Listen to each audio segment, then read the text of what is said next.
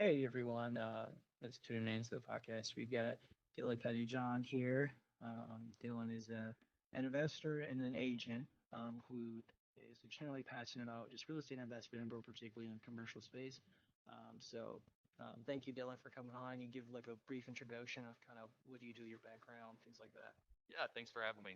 So I started my investing journey buying a small multifamily property. So I bought a triplex. The following year, I was looking at things on the MLS, couldn't find anything that was making sense for me. So I started doing research online. I saw somebody that was buying apartment buildings, and they're like 23.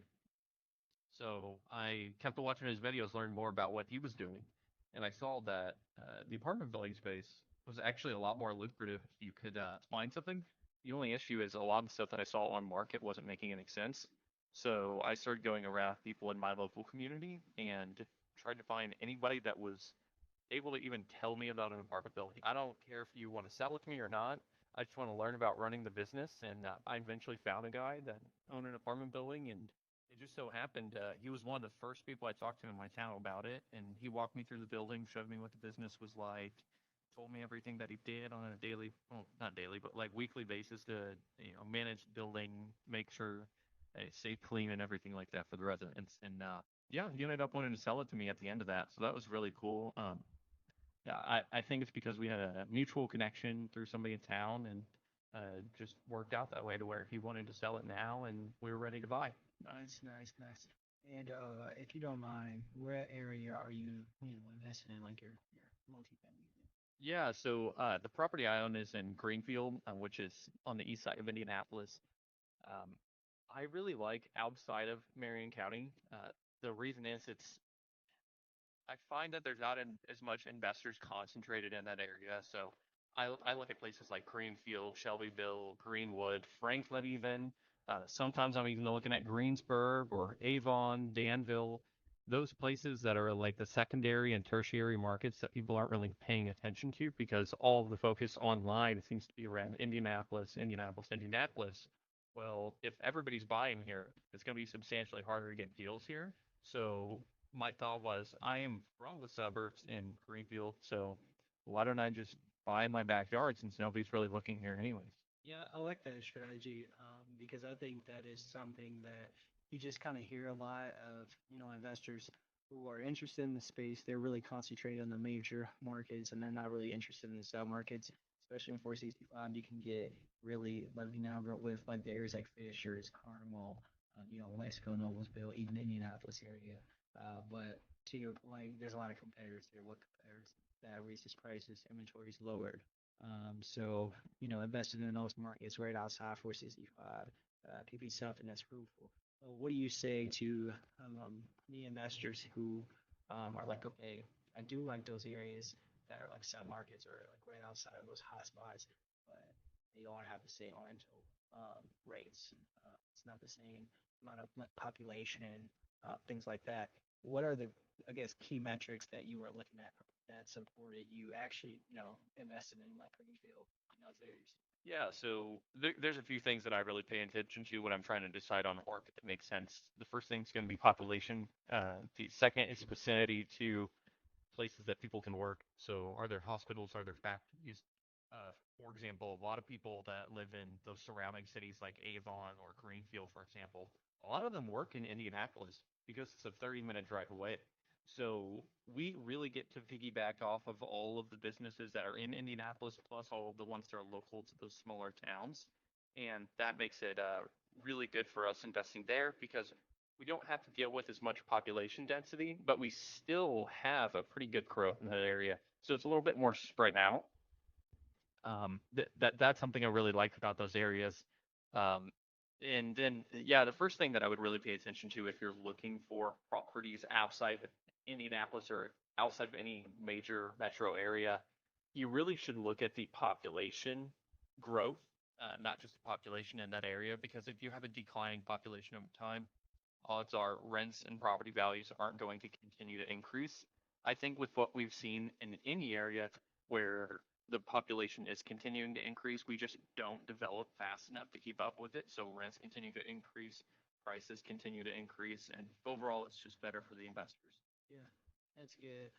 Because I think one thing that people, a lot of investors or people who are interested in investing, they get like analysis paralysis. They don't really know what, what are they looking at, what kind of properties make sense for them.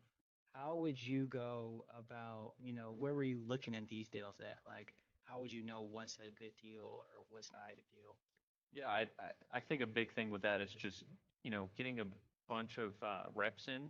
So you should go and underwrite a ton of deals and see what makes sense. You could also look at like what is a good cash on cash return, or what's a good cap rate for a property in this area. You should ask other investors in that area what is a good return.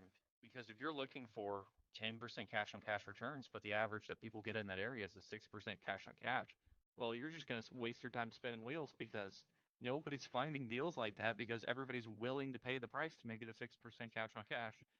Um, do I like those deals? Not really. I usually like to look for stuff that has some sort of value add to it, to where yeah, we can improve the property, make it better for the residents living there, and then we can increase the rents, which push the cash on cash up to, I'd say at least 8 to 10% is really what I look for. But I don't hire property managers either, so that's a big factor for me as well, where I can maybe push the price up a little bit more because I'm not paying 10% of the gross rents to somebody else. Right. What went into that decision to not use a property manager? Yeah, so it's really a few different things. So one, property managers are a lot more expensive than people think. So on top of that 10% that a lot of them will charge, it could be less if you have a bunch of units, but that 10% is actually a large percentage of your net income. So let's say your rents are $1,200 a month. So a 10%, uh, like to the property manager, would be $120. But if you're only netting $300 on that property before you paid a property manager, well, now it's like 30% of your income. So I think that's something that people need to look at instead of just looking at the gross numbers. I like to look at the net income effect of that. But then also, they're just not going to take care of the property like I'm going to take care of the property because I own them. And if something goes wrong, I'm the one losing money. If somebody's not paying, I'm the one losing money. So I'm going to take care of it a lot better. Uh, and yeah, just all around, just wanting to have a closer eye on my portfolio, especially because of the stuff that's in my backyard. Like I live 5 minutes away from both my properties, so I'm fortunate in that aspect. But I still don't think anybody's going to take care of it like I would.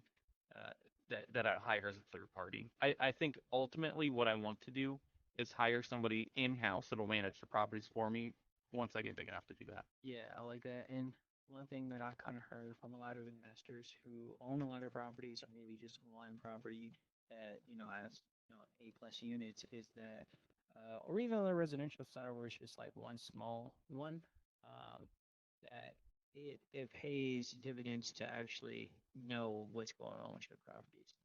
It's a lot different when you're the one having to answer these calls and you're the one that's kind of seeing how these maintenance requests are handled and things like that. It just allows you to operate with more efficiency and just gives you more, I guess, confidence in, managing that and knowing what a good management system is. So again, when you do get to that place, 'cause I know you will, or you can hire it and as a property manager, you know exactly what standard that you want for the property. So that's good. I think one thing that a lot of aspiring commercial investors are interested in is just how do you fill it out? Either raising money, getting money. I know if you're a young investor yourself. So like if someone's pricing is like, hey, how's this guy for a commercial unit? So if you could walk us through like how you went about that. Yeah, so I have a friend that's about a decade older than me, and he's been investing in real estate for a really long time. And you'll meet these people if you go to events. You'll just find guys over time with referrals that have been investing for a really long time. And if you put a good deal in front of them and they trust you, they're willing to go in on that with you. I gave my partner just the rough financials of the property. I said, "What do you want it for it?" And then I told him how much money I needed from him, which was like $180,000. And he was like, okay, let's go look at it in person. And if it all works out, then yeah, I'll give you the money to go buy this thing. And I manage everything with the property. We haven't been able to do distributions yet. So this is something that we should talk about with commercial real estate, with how much is involved in actually improving the property before you're able to start pulling money out. But yeah, it just happens over time. If you find the right people and you can put the right deals together and you're confident and you can actually execute, people will give you money to do deals. We're gonna ask that again. We came to because it's not like a live podcast. We kind of just do clips and stuff. So I'm just gotcha. I don't know why my phone's on airplane mode and I'm still getting calls and texts. I turned mine off. Yeah, I'm just gonna turn it off. That's the weirdest thing. Last time I just had it on airplane mode and it didn't work. But I'm you saw me move on and I was like trying to and shoot the bike in that things. All right, so we'll just kind of start that over. Cool with that. Always in capital. All right, cool. All right, some nasty. Yeah, sorry about that. Anyways, so for someone who is interested in real estate investment for commercial units, but they don't really know how to get the capital to do that, like, how did you go about, finding money, raising money, whatever that may be? Yeah, so this is there's really a few different aspects to this. I think first you need to get experience in the first place. So you don't have to buy a commercial property as your first property. You can buy a duplex. You can buy a single family house. You need to buy something to get experience. That's why I always tell people it's more important to get the base hit than to get a home run on your first few deals. I don't care if you're getting a 6 or 7% cash on cash return net at the end of the day. So I don't want to see anything that turns into a negative cash on cash return. But just getting that experience and then going to networking events, you'll find people that are willing to give you money to do deals. Uh, I was fortunate enough to have a friend that's about a decade older than me, and he'd been investing in real estate for a really long time. So when I gave him the initial numbers of the property, he thought it looked pretty good, but he wanted to see it in person. Once he saw it in person, he was willing to give me all the money that we needed. Besides my portion, I put down 20% of the down payment. He put down the other 80%. And then yeah, we got the deal done. I run everything. One thing I will say with commercial real estate, unlike a duplex or a triplex that might take you, might have 3 months for renovations and everything, and you start pulling out cash on the other side. I've invested all of the money that we made in cash flow this past year just back into the building, buying new AC units, improving the property, like improving the apartments, doing things that the previous owner didn't do that the tenants really wanted. So just all around taking care of everybody. But with that, I was able to increase the rents and increase the property value substantially. So just for brief numbers, we bought it for 775. I probably put about 75 to 100 in it so far. I really have to go back and check the numbers. I'm going to be doing that in the next 2 weeks because we got to finish it up before the end of the year. But the property just got appraised for 1.14, and we got a credit line on that difference. So now we can go out and buy like duplexes and houses and stuff like that in cash, and we can just do all the work on our credit line and refinance that out later. Yeah, I love that. I think that's one thing about being an investor. Just in the process of being an investor, kind of learning is really just to learn how to leverage it. I think we've kind of learned since grad school or grade school grassroots that debt is bad.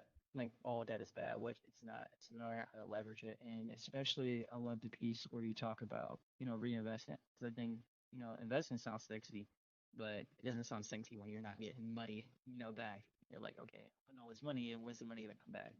But directly, reinvesting into your property is going to eventually increase the rents, which are reasonable, which can earn more, increase cash flow, and just make your tenants more happy. You won't have, higher vacancy rate, just things like that. So, that's a great piece of information. Um, where, like, do you think for an investor who is, starting out, how many units or, what strategy do you think, like, if someone's like, hey, I'm really not interested in, single family homes, I want to do multi or, commercial, what's that sweet spot do you think for, an investor to be into? Yeah, so if I had to give anyone that was maybe a little bit younger than me, maybe a little bit older, doesn't matter, wherever you are, the first thing that I would recommend starting with, and I know a lot of people, are sometimes against this, but house hack a duplex, triplex, or quad. I'd say a duplex because it's the easiest one. You can even get some of these new builds if you're a little bit pickier. I'm cool with some of the older properties, but the house hacking a duplex strategy, not only can you do a low down payment, you don't have to do a low down payment, you can do 20% down, but if you're adding value, you can put a little bit of money down, add value with property, and make it worth substantially more. Might be able to get rid of that PMI. I think that's the best strategy because if you can eliminate your housing costs, you're able to save all of that money. So whereas if you were to live in a house and then you bought a duplex separately, rented off 2 units, let's say they cash flow $200 per side per month. Okay, so you got an extra $400 a month. But what if you're able to live in that duplex and you cut your cost of living down to zero? So now if you were paying, 1,500 to live in your house, take that number down to zero. Well, now you're saving an extra $18,000 a year just by living in the duplex. And yeah, maybe you're breaking even, but you're saving substantially more money. So I think that one strategy on its own is more impactful to people's finances than getting any other type of rental property. No other rental property will be as effective or as will be one second. Uh, no other rental property will be as impactful on your personal finances besides that first house hack, in my opinion. I think that's the best place to get started, and it really teaches you the ropes too, because then you only have one tenant to manage. I mean, that's not that big of a deal. I have 15, and I'd probably spend 2 hours a month dealing with everything. Yeah, yeah, that's nice. Again, I think, proximity, just being so close. I agree. I think we were talking about that a little earlier, just about being able, especially a lot of these listeners might be W-2 employees, to really empower them. Like, you don't have to have this large amount of money to invest, like you said.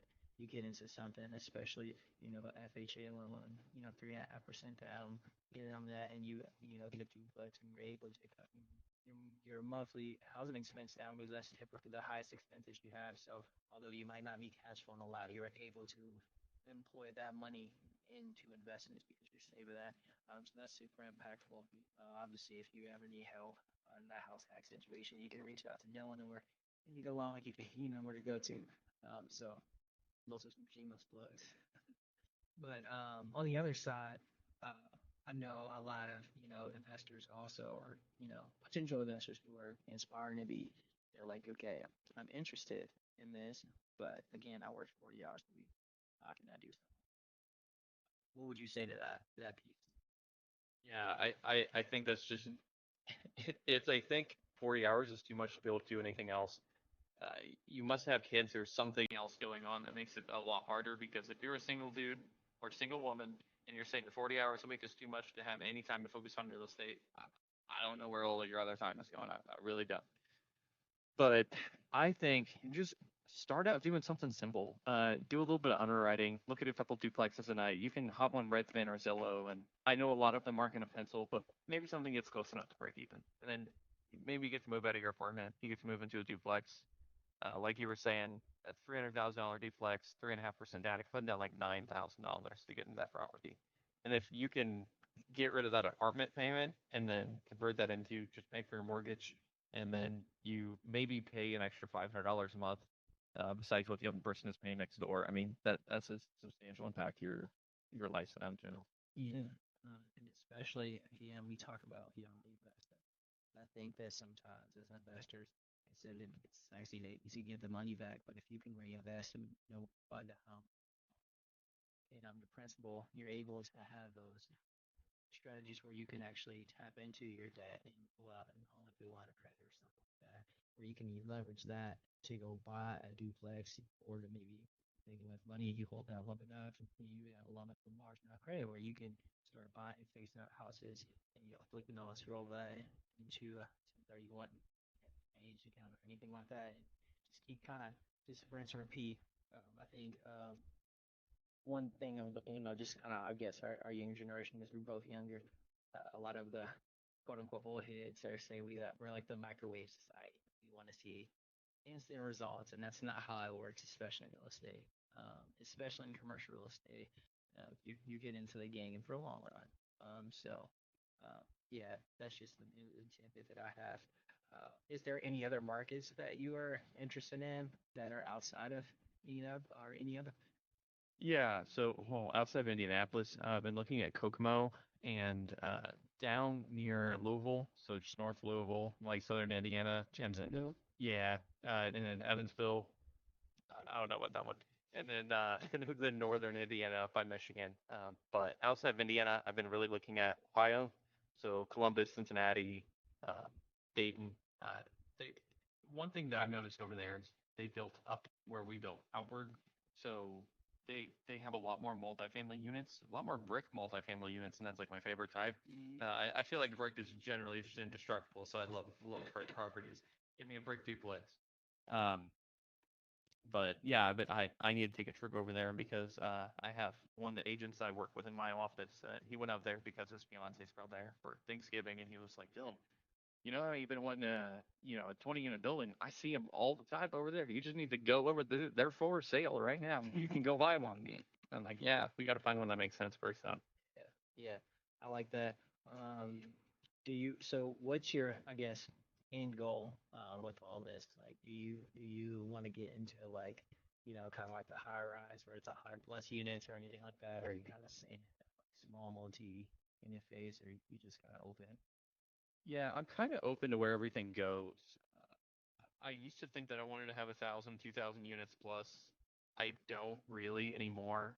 I'd rather just have a number that's sufficient to where I can just focus on that and not really need to do much else. Yeah. So whether that's 50 or that's 100, it just depends on if you have partners or not on those deals.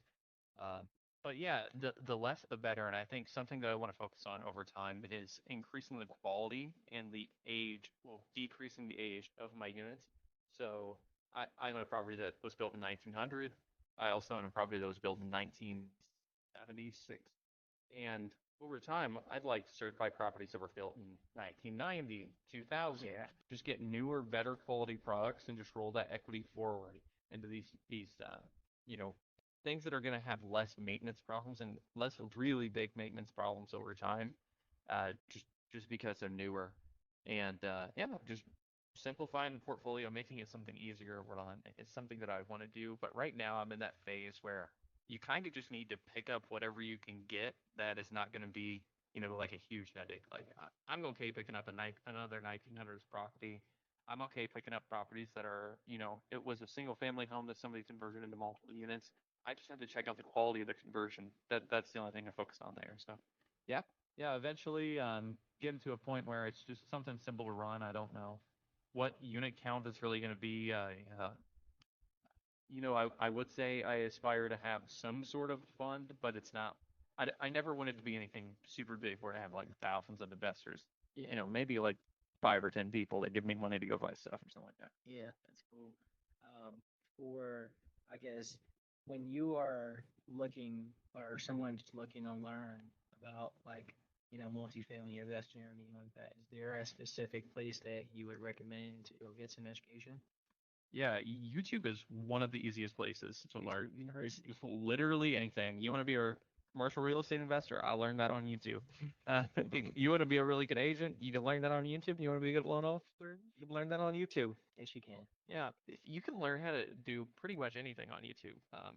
Like I'll go on there and there's some things that I work on like programming wise, and I'll just go learn like brand new stuff that I just had never used before. If you watch a YouTube video, maybe you use a little bit of AI to, create some tests and stuff like that. And yeah, super easy to learn anything online. Yeah, I agree. I tell people that all the time. I'm a big advocate of YouTube University. There's just so much information out there, and I think just being in the when the internet came about, like that was the greatest thing for us because I think truly for our humans in our society, we need to share as much information as possible. I'm a huge advocate of not gatekeeping information. That's why we have the podcast with experts like yourself to just give free game to people. Yeah, I mean that's one reason why I really do like YouTube and why I actually put content out on my own channel is because it does democratize information. So literally anybody, doesn't matter like if you are wealthy, poor, whatever, like whatever position you're in, you can go on YouTube if you have internet access and learn these things that can advance, your life into different positions. You can learn skills that'll make you substantially more money, so you can just, grow and become, better, whatever, in what kind of work you're doing or investor over time. I think it's just really powerful and it's free, so you might as well take advantage of it. Absolutely, absolutely. And I think, I mean, you kind of hit a little bit of everything. Honestly, it'd be super helpful for her listeners and anyone who's tuning in and has some aspirations to be a young investor or old investor, or woman or man, whatever that may be, to real estate investing. One thing that we didn't talk about though is the team. How do you go about, finding a team? I think, you find the money, but if you don't have a team to employ that, unless you obviously have an investor or a mentor who can provide you that. Did you have that, or did you go find a team? No, I had to go find the people, and I will tell you the best resources that are if you have an agent or you have a lender or well, yeah, those are the two things you're going to have. One of the two. They're going to have people that they can put you in contact with that are good contractors, good electricians, good plumbers, you name it. The reason I go through these people is because the person on the other end of that has something to lose. Because if somebody refers you and then you do a really bad job, and I go tell that person that you did a really bad job, guess who they're not sending their clients to next time? And the fact that they've already used them before makes them more trustworthy to me in the first place. Yeah. So I like to use people that are referred to by other people. Yeah, I heard. I don't think everybody program who it was, but we were in this training. They wanted to talk about like as a master agent, how to for people to like, I don't have any leads. There's almost 22 people conducted in a real estate transaction. Whether that's listing agents, the R agents, lenders, title companies, appraisers, inspectors. You got plumbers, or you got anyone that's doing drywall. In our space, we do a lot of investing stuff, and then you got even more people that's involved. There's all that. There's a lot of point of contacts that you have. You got a lot of built-in kind of referrals with that. I love that. I think sometimes we believe we need to reinvent the wheel. That we got to go find all these people. And it's like, no, let's just do or connect with the people you work with. We've seen it. We know we've connected with these people. These people are present and are intentional from call them. I'm not just banking on a review. I don't know if they pay Google or they pay people to do the review. But I know that this is someone that's quality job. So that piece that you gave. Uh, we can wrap it up with just the final question. What I know you gave a lot of advice, but if you can give like the lasting piece of advice that you give to someone who's just not that don't really believe in themselves, or they think real estate, commercial real estate, or just real estate in general is just far out of reach, what would you say to them? Yeah, it's going to go slower than you think it should, but in the long run, it's pretty fast to be completely honest. So I started my portfolio in 2023. I didn't think I was going to own 15 units in 2 years. I also didn't think the equity was going to build up as fast as it did, and I'm only 2 years in. I can't imagine where it's going to be in 10 years. So that's one piece. Another thing that I would say is don't try to make it go faster than it needs to go, because I know something that's really popular that a lot of people love to do is the burst strategy, where you can pull all the money out of a deal and then go on and do another one. The only thing I'm going to warn against that is that what you're giving up on is cash flow. So with my with my portfolio, for example, I haven't refinanced any of the money out. I could do a total refinance of my portfolio, pull all the money out that I put into any of the deals, but I'm going to have very minimal cash flow. And cash flow is really important for times where the market, goes the other direction. Maybe rents soften a little bit. You have to actually decrease rents when you renew with your tenants. So keep yourself safe and keep some equity in the deal. I'd say even if you're doing a burr, keep 30% loan to value. So equity to loan or whatever. You know what I mean? Keep 30% of your money in the deal. That I think that's going to put you in a better spot. You don't need to max it out at 25. I believe is what you can do at a big cut of time, but the numbers aren't that good on the backside. So I always say focus on whatever skill you have and just use that to make more money, and then focus on buying good deals, and don't be super worried about getting all everything out quickly, because if you just leave it in there, let the thing grow over time, you get enough cash flow, keeps you safe in case of any downturns in the market or anything like that, where you're not going to put yourself in a bad situation where, I mean, we've seen a lot of people where they just lose everything.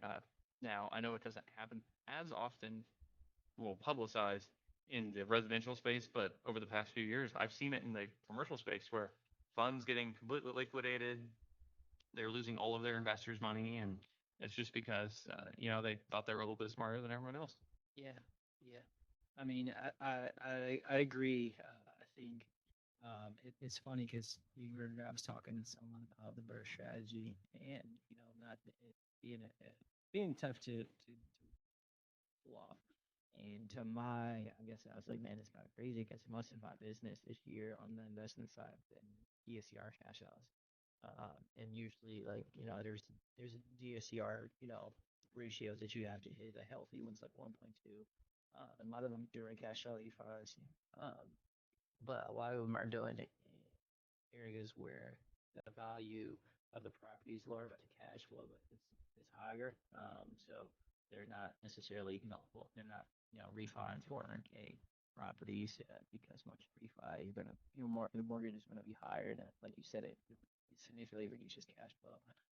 So also not opposed to your point of not always trying to, invest in those big areas. Some of those smaller areas outside. I know Richmond's close to Dayton. I have an investor who does a lot there. He owns his properties $300,000, so he's free and clear just tapping into equity because he wants to redeploy the money in other properties. But you can do that because he'll pay that thing off pretty quickly again, which is nice. So sometimes, like you said, it's easy and just get a base hit. That base hit might turn into a home run the next time like that. But if you're waiting for a home run all the time, you'll strike out pretty quick. Yeah, yeah. Just don't refinance enough out to burn yourself. I don't want you seeing. I don't want to see you turning a good deal into an alligator. In case anybody that's listening doesn't know what an alligator is, it's a property that loses money every single month that you have to pay for the property every single month, even though it's in its bank. And if you want to know where I got that from one rental at a time.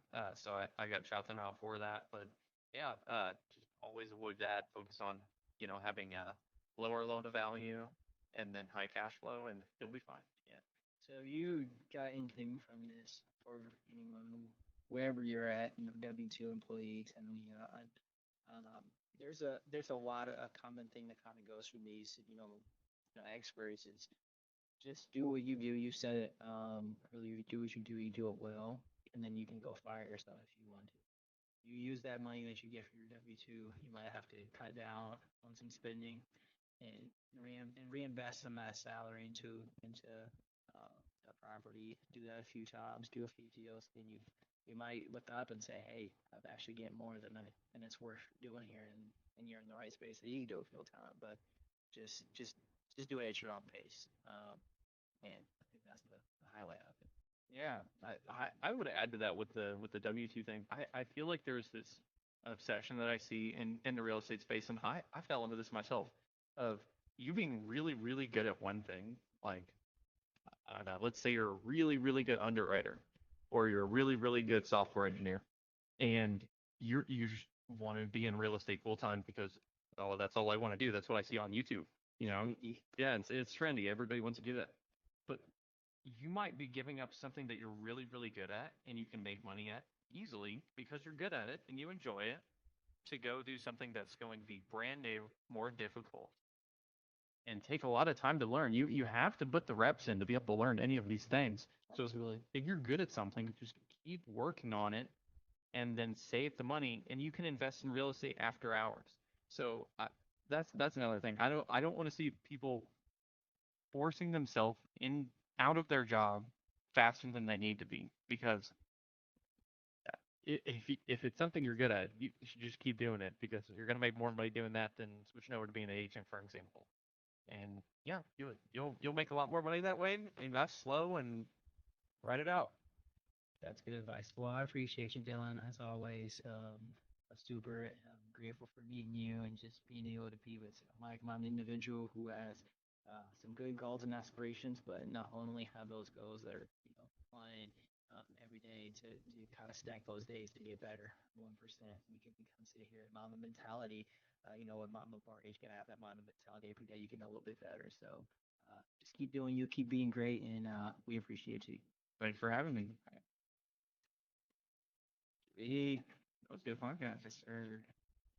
Outside of my phone going off, but I think at the end of that, I think you're gonna get a lot of good clips. yeah, for sure. I like that one. You did a really good job. Yeah, man, that's good. It's only 35 minutes too.